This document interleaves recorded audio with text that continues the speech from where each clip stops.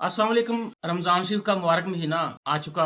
आप लोग भी ज़ाहिर सी बात है सहरी की तैयारी में, अफ्तारी की तैयारी में मसरूफ भी रहते होंगे और परेशान भी होते होंगे। वजह कहने को तो गवर्नमेंट ने कहा है कि हमने रमज़ान पैकेज के अंदर 5 अरब रुपए का इजाफा कर दिया है, जो पहले 7.5 अरब था, जिसको बढ़ा के 12.5 अरब कर दिया है। हम आपको बताएंगे कि इस 5 अरब इजाफे का रमज़ान शरीफ के अंदर सब्जियों, फलों और जो ज़रूरी अशिया हैं उसका क्या असर हुआ है। अब एहसन इकबाल साहब ये कह रहे हैं कि मुल्क कर्जे के अंदर डूब चुका है और इस डूबते हुए मुल्क को कर्जों के चुंगल से कैसे हमने आज़ाद करवाना है, ये भी हम आपको बताएंगे। उसके बाद क्या वाकई जिस डगर के ऊपर हम चल रहे हैं, इस डगर के ऊपर चलते हुए मुल्क को तरक्की की राह के ऊपर लेके आएंगे, ये भी हम आपको आज के वीडियो में बताएंगे।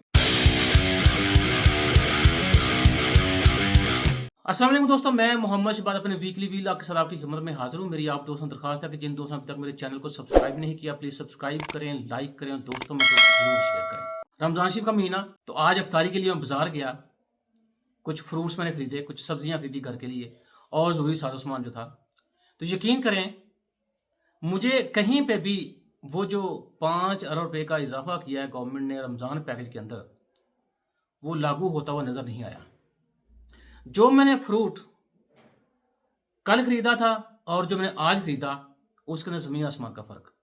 क्वालिटी की बात कर रहा हूं, कीमतों की तो बात ही छोड़ दें। आप पूरी दुनिया के अंदर, खासकर जो नॉन मुस्लिम कंट्रीज हैं, जब भी उनका ईस्टर आता है चीज़ें सस्ती करते हैं, जब भी उनका बड़ा दिन आता है चीज़ें सस्ती करते हैं। कभी ब्लैक फ्राइडे के नाम पे, कभी वाइट फ्राइडे के नाम पे लोगों को रिलीफ देने की कोशिश करते हैं। एक हम हैं कि हम रमज़ान शरीफ के अंदर बजाय के बरकतें इकट्ठी करें, अल्लाह की रहमतें इकट्ठी करें, हम पता नहीं टो लगा के बैठे होते हैं कि चूंकि जो कमाई इस महीने के अंदर होनी है वो शायद पूरे साल के अंदर नहीं होनी। बात तो ठीक है कि महीने के अंदर अब अल्लाह की रहमतें इकट्ठी करें, इस महीने की फजीलतें इकट्ठी करें, इस महीने की बरकतें इकट्ठी करें, इस महीने के अंदर नेकियां ज़्यादा से ज़्यादा करें ताकि आपको ज़्यादा से ज़्यादा सवाब मिले। लेकिन शायद हम यू टर्न लेके दूसरी तरफ चले जाते हैं। हर वो चीज़ जिसकी क्वालिटी भी अच्छी नहीं है, कीमतें हम दुगनी कर देते हैं और लोगों से कहते हैं कि भाई आपने लेनी है तो लें, नहीं लेनी तो ना लें।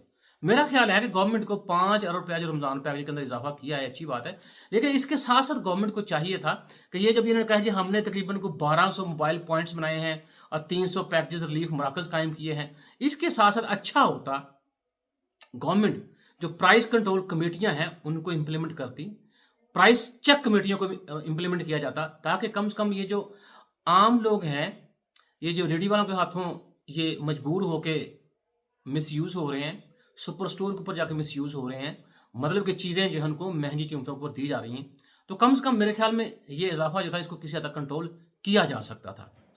लेकिन शायद हम बयान दे के, फोटो सेशन करवा के, उसके बाद हम ये समझते हैं कि चूंकि हमने बयान भी दे दिया है, हमने फोटो सेशन भी करवा दिया है, तो अब ये चीज़ें ऑटोमेटिकली जो ट्रिकल डाउन इफेक्ट वो होता हुआ आम आदमी तक पहुंच जाएगा। हालांकि फोटो सेशन और बयान और आम आदमी तक रिलीफ पहुंचने के अंदर एक मैकेनिज्म है, जो मैकेनिज्म मुझे मिसिंग नजर आ रहा है। तो जब तक उस मैकेनिज्म के ऊपर मुकम्मल तौर पे अमल नहीं किया जाएगा, इस तरह के पैकेजेस जो है, मेरा ख्याल उसका आम आदमी को फायदा बिल्कुल नहीं होगा। प्राइम मिनिस्टर साहब ये भी कहते हैं कि इस वक्त जो सबसे बड़ा चैलेंज है इस गवर्नमेंट के लिए वो महंगाई है। वो कहते हैं रमजान शरीफ के अंदर अशिया की कीमतों में इजाफे को कंट्रोल करना सबसे बड़ा और पहला इम्तहान है। अब रमजान शरीफ शुरू हो चुका है, इनका इम्तहान भी शुरू हो चुका है और अब आपको आने वाले 15-20 दिनों के अंदर पता चल जाएगा कि वाकई ये गवर्नमेंट जो है, जो इन्होंने कबीना मुंतखब की है, वो कबीना इस काबिल है कि वो रमजान शरीफ के अंदर चीज़ों की कीमतों में इजाफा हुआ है या होगा या होने जा रहा है, उसको कंट्रोल करती है क्या करती है। इस इम्तहान में आपको नजर आ जाएगा 15-20 दिन बाद कि ये गवर्नमेंट की प्रायोरिटीज क्या है और क्या वाकई गवर्नमेंट जो है 5 साल पूरे करेगी अपनी परफॉर्मेंस की बेस के ऊपर या नहीं।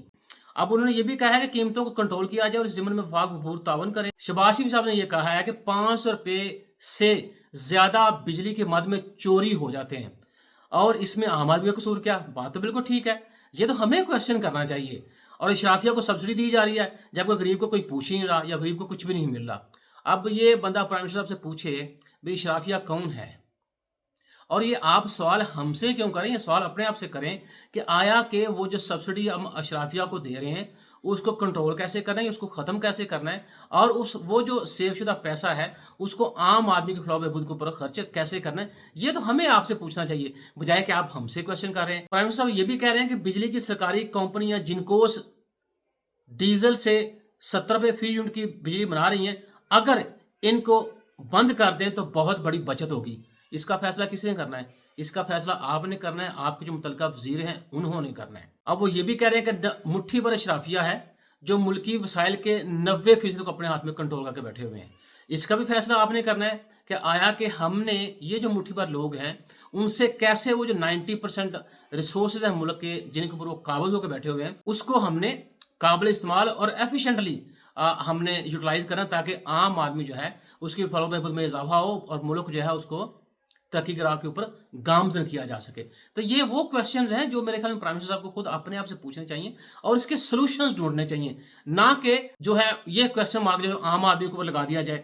اور یہ بھی آپ کو پتا ہے کہ اس مہنگائی کے اندر غربت میں اضافہ ہو رہا ہے, کرپشن میں اضافہ ہو رہا ہے, بےروزگاری میں اضافہ ہو رہا ہے, اور آپ کو پتا ہے جو مہنگائی ہے اس کی تو بات ہی اپنا کریں. ہاں, اب یہ ایک چھوٹی سی بات ہے کہ مہنگائی سے آپ چھٹکارا کیسے پا سکتے ہیں. بھائی آپ کو پتا ہے کہ آپ کی کاسٹ آف پروڈکشن جو ہے اس میں اضافہ اس لیے ہو رہا ہے کہ انٹرسٹ ریٹ جو ہے وہ بہت زیادہ ہے. اس میں اضافہ اس لیے ہو رہا ہے کہ جو کاسٹ آف پروڈکشن ہے کس کی, بجلی کی, اس کے اندر بہت زیادہ اضافہ ہے, جس کی وجہ سے بجلی کی قیمتوں میں اضافہ ہو رہا ہے. بجلی کی قیمتوں میں اضافہ ہوگا تو آپ کی جو پروڈکشن ہے اس کی کاسٹ میں اضافہ ہوگا. تو آپ سب سے پہلے یہ کریں جو آلٹرنیٹ سورسز آپ کے انرجی کے ہیں, چیپسٹ سورسز, ونڈ ہے, سولر ہے, تو ان کو آپ استعمال کر کے یا اپنا جو ملک کا الیکٹریسٹی پروڈکشن ہے وہ ان سورسز کو استعمال کر کے اب سستی بجلی پیدا کریں, تاکہ انویسٹر جو ہے اس کو تھوڑا سانس آئے. دوسری طرف سے آپ انٹرسٹ ریٹ جو ہے اس کو کنٹرول میں رکھیں یا اس کو کم کریں, جس سے کاسٹ آف انویسٹمنٹ جو ہے اس کو کنٹرول کیا جا سکتا ہے. تو یہ دو طریقے اگر آپ اپنائیں تو میرے خیال مہنگائی جیسے مسئلے کے اوپر آپ قابو تو پا سکتے ہیں. گو کہ یہ لانگ ٹرم پروسیس ہے, لیکن دیر آئے درست آئے, ہمیں کم سے کم اپنی جو پالیسیز ہیں, اکنامک پالیسیز, ان کو اگر صحیح مد میں اپلائی کر کے چیزوں کو لے کے چلیں تو میرا خیال ہے کہ ہم ترقی کر سکتے ہیں. احسن اقبال صاحب کہتے ہیں قرضوں کی ادائیگی کے لیے 700 ارب روپے کی ضرورت ہے, ملک ادھار کے اوپر چل رہا ہے. بالکل صحیح بات ہے, کوئی شک والی بات ہی نہیں ہے اس کے اندر. پاکستان کی معاشیت کھوکھلی ہو چکی ہے. بانی پی ٹی آئی نے 4 سال میں معاشیت کی اینٹ سے اینٹ بجا دیا. معاشیت کو نئے سرے سے کھڑا کرنا ہوگا. میرے خیال میں یہ تو پرانا ہے.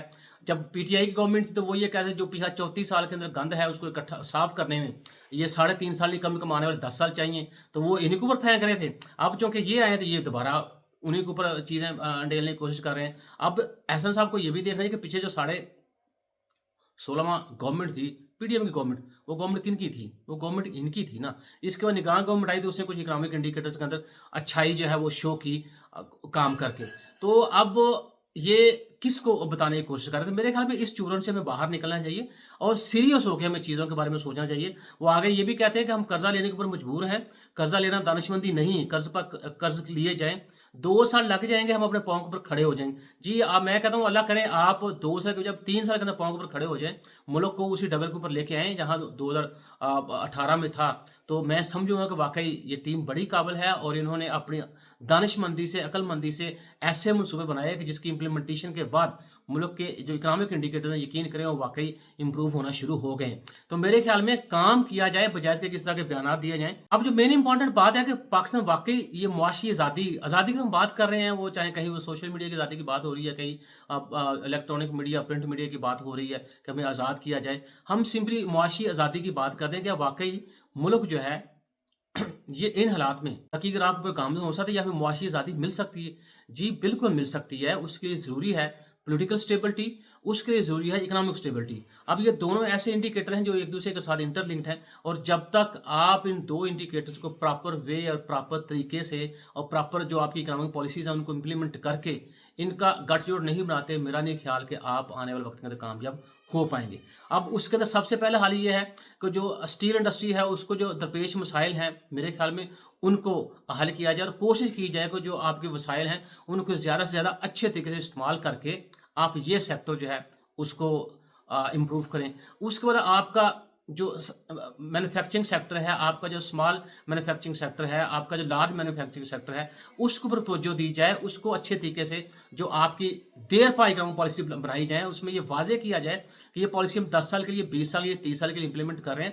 گورنمنٹس آتی رہیں گی, جاتی رہیں گی, لیکن किसी भी गवर्नमेंट को ये इजाज़त नहीं है कि इन पॉलिसी के अंदर अदल-बदल करे, और अगर कोई इन पॉलिसी के खिलाफ चलने की कोशिश करता है तो वो फिर ज़ाहिर-सी बात है मुल्क के अंदर जो मौजूदा अदारे हैं उनको जवाबदेह होगा, और अगर कोई ऐसा गलत काम करता है तो करार वाक़ई उसको सज़ा दी जाए। ये जब तक हम सख्त इक़दामात नहीं लेंगे, मेरा नहीं ख्याल कि हम मुल्की मसाइल जो है उनको हल कर सकेंगे।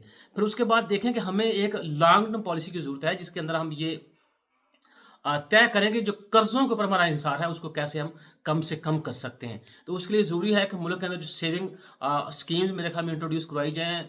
सबसे पहले मैं समझता हूँ हुकाम पाला जो है उनको सादगी का जो अंसर है वो अपने ज़िंदगी के लाइफ़स्टाइल के अंदर लेके आना होगा। जब तक वो प्रैक्टिकली कुछ इस तरह का लोगों को करके नहीं दिखाएँ, लोग जो है वो सादगी के तरीक़ेकार कैसे अपनाएँगे।